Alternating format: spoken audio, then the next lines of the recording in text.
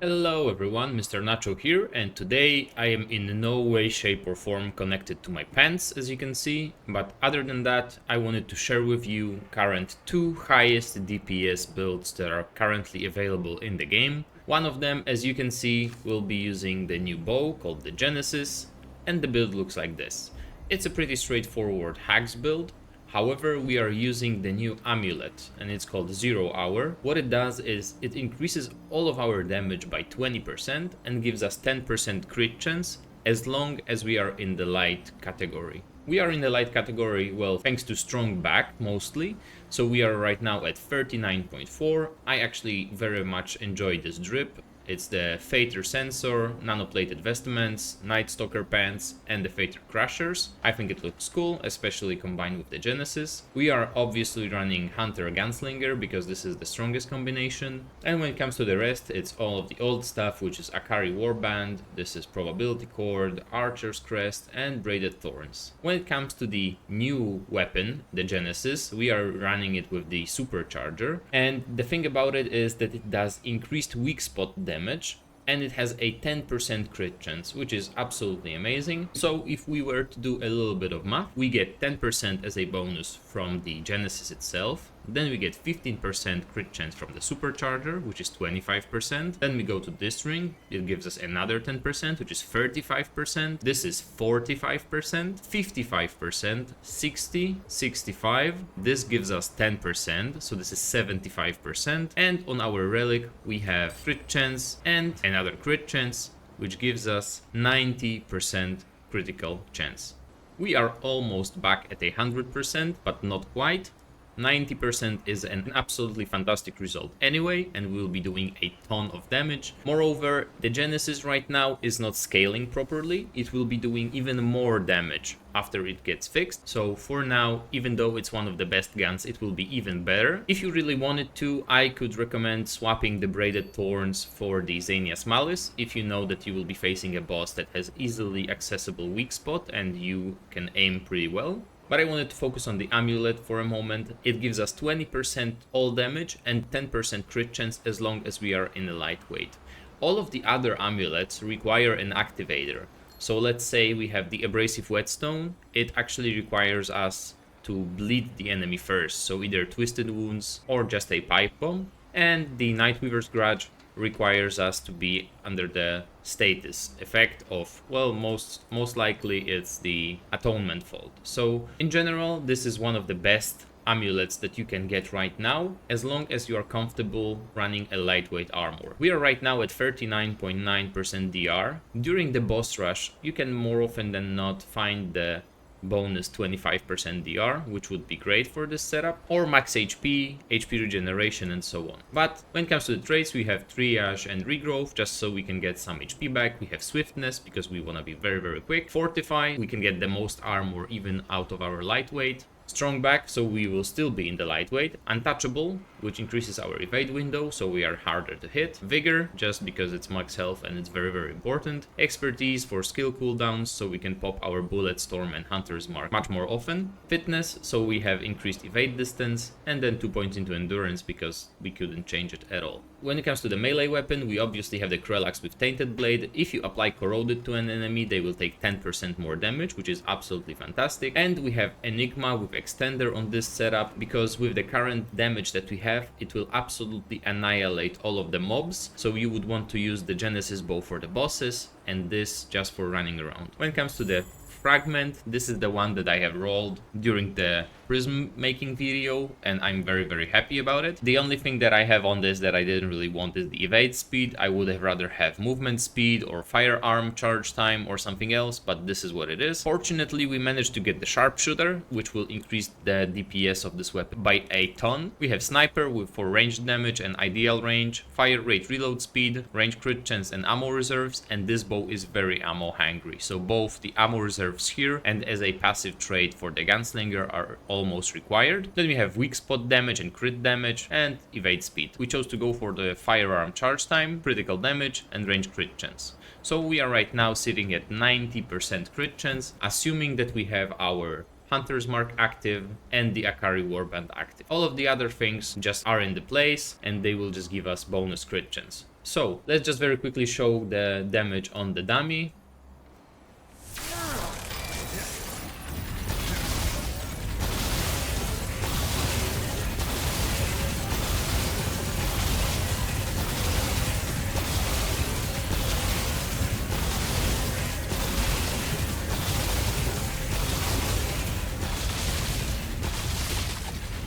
As you can see, we are over 11,000 damage. If we were to corrode the enemy, then they would be taking 10% more damage, so I think that we would break like 12,500 DPS. But in general, this setup is great. The other version, if you really wanted to go for it, would be, you could go for the Worn Dog tags, you could go for the Nightweaver's Grudge and the Atonement Fold, and you could go for Abrasive Whetstone, and then just throw a pipe bomb every now and then at the boss. Other than that, this is a perfect setup, so without further ado, let's just go right into the boss rush. And after I finish this one, I will show you the next build, and I will show you another boss rush with it. So this will be a little bit of a longer video, and I hope that you'll enjoy it. Let's go. Alright, let's go. This is the dancing boss. Let's actually try to apply corroded first, pop all of our things. And obviously I miss. But right now, we can just unleash on the guy. As you can see, it's all crits, and he's dead before he could even start the second phase. Alright, we don't really need anything from here. Let's just go with Trapper, because why not? But bosses don't really stand a chance. We weren't even hitting the weak spot too much. Maybe we hit it like once or twice, but the boss just went down in a matter of seconds. Okay, we are at the next area. Let's just try to speedrun through it. And I don't see any enemies, which is, well, not great, because we'll probably have to backtrack. And there they are. There's some more. Oh yeah, here they are.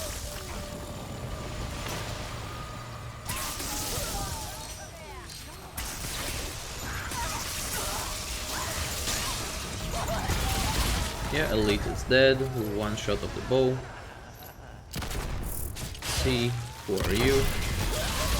Okay, we killed a bystander for whatever reason, but that's okay. Where is the aberration? There you are, huh? Oh. I don't even know if this thing has a weak spot, but we don't really mind too much. Let's just shoot it once or twice more, and it should be dead. Yep, there we go. Let's just go straight to the boss. Alright, this is the Sunken Witch. Her head is quite small, and she likes to run away, so I hope that we can just one-cycle her without her having to run away. Let's pop a relic to activate the Gunslinger's ability. Throw an axe. Pop abilities. Okay. Miss a little bit, that's okay.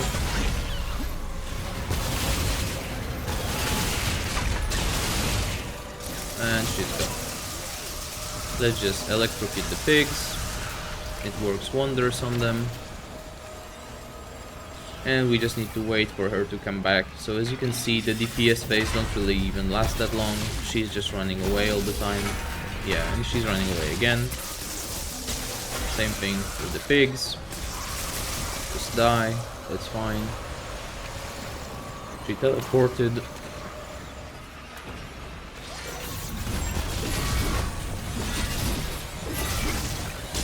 Okay. 1, 2, 3, 4. 1, 2, 3, 4, and she's dead.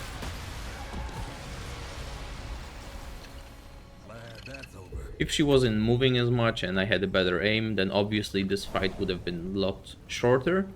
But as you can see, we dealt with her without any problems anyway. Alright, this is the Abomination, so it should be a very nice fight. Let's just actually pop our abilities before we go in, because he just keeps charging in whenever the battle starts. Actually, let's explode it first. And, well, I mean, there isn't really too much to say about the power of this bow. Skill cooldown is nice. Let's just keep going. Yeah, if there's an enemy that has an easily accessible weak spot, then they're just going to fall over and there's nothing they can do about it. Alright, now we have Yeisha, so I assume it will be something like the Shrewd. But maybe it's Mother Mind. I would hope it's Mother Mind, because again, it's just a weak spot and it's easy to hit. Alright, you refuse to die for some reason, that's okay. Where do I even go here? Alright, so this is one of the trickier places because there are some narrow paths where you can just fall down and instantly die. So you just need to be mindful of that. But other than that, the enemies aren't really very difficult to handle. As you can see, they're just falling over. And this guy is trying to teleport us. Let's take care of the odds first. Alright, taken care of. And let's get this guy. He's dead. Alright, this was simple enough. Let's see who we get. And it is Mother Mind. The good thing about it is that the weak spot is extremely easy to access, but the bad thing is that it has phases, so it will actually stop taking damage after we do enough. So it will not be very quick, but you know, it is what it is.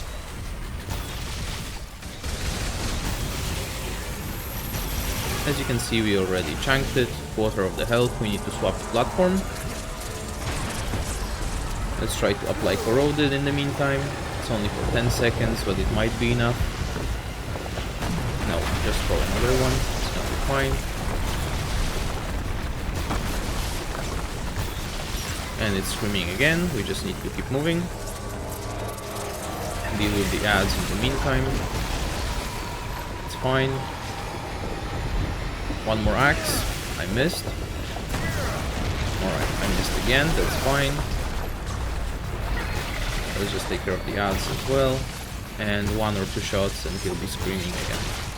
Yeah, there we go. And we can jump here actually, so it's faster. And most of this fight is basically just waiting for us to be able to do damage, because we do so much that he just transitions the phases in a matter of seconds, and it's done. Alright, so now for the second setup that has even more DPS than the current one. It's obviously our lovely plasma cutter. It has 1000 cuts on it, and whenever you can actually stack it up, it gives you 30% crit chance, along with the crit chance of the weapon itself. Then we have, again, 10% from Braided Thorns, 10% from Akari, and 10% from Zero Hour, which is 60%. Then the archetypes give us 5 each, so it's 70. This is 80.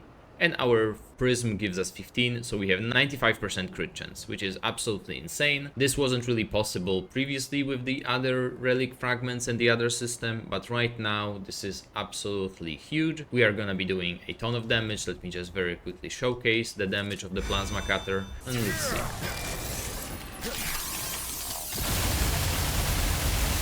It starts off slow, but it ramps up quite fast. As you can see, we were able to break 13,000 DPS at some point, and every single shot right now is doing 888 damage. The thing is, we don't really even have our Akari Warband activated, so we would be doing even more damage, so I think we would be able to break 14,000 DPS with this setup. The kink to it is that you actually need to keep your fire steady at an enemy, so this build would be the best if you are playing with someone else. First of all, because you are actually quite easy to kill, so it would be nice if someone could pick you up in case you fail. And the other thing is that if there's anyone else actually doing some damage, they will more often than not take away the attention of the boss, at least sometimes, and then you'd be able to just unleash and get rid of the boss in a matter of seconds. So let's just go right into the boss rush and see what we get. Alright, let's go. With this setup we also have Nebula, because we can actually deal with the enemies very easily with our plasma cutter. It doesn't require any charge up time, it just deletes enemies on its own. And also I wanted to make a video on the monorail, but right now it is bugged, so I will only do it after it's fixed.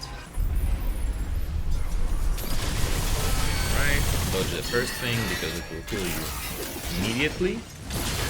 Let's break the thing, we did. Here is the weak spot damage. He's trying to run away. Let's try to hit him in the back. Get some damage. That's okay. As you can see, we are doing an absolute ton of damage. We are using a little bit of ammo as well, but the pickups give us a lot. Alright, He should die here as soon as he turns around for the weak spot. Right, apply corroded. And well, this is it. At this point you know how the mobbing works, so I'll just skip to the boss. Alright, here we have the operation.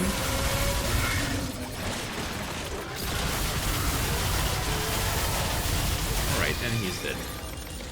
This shouldn't be very difficult. Just pop one relic for more damage. Pop Enigma. This, that. And let's try to put this one.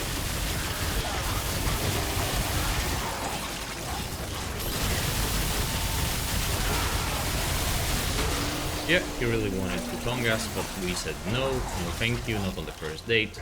We just keep going. Again, I will just skip to the elite, or maybe the aberration, and then the boss. Here's the aberration. And an elite at the same time, alright. And we just cooked him real good. Let's just keep going. Alright, as a last boss, I'll just show you Talrafa because I have rolled the Lydusa on the boss rush, and right now it's not scaling properly. Whenever you get to the phase where the faces are rushing at you, you can just destroy them in like one tap, and then it doesn't really take away any HP from the boss, so you can be there for like 8 minutes straight and just try to finish the fight while, you know, it's just not taking any damage. So let's actually do something on the real Apocalypse. This will be a spiteful Skullcracker Talrafa, I think. So let's just go and see how we can deal with him. Right, let's pop our things. This and that. And that. Alright, and let's just go.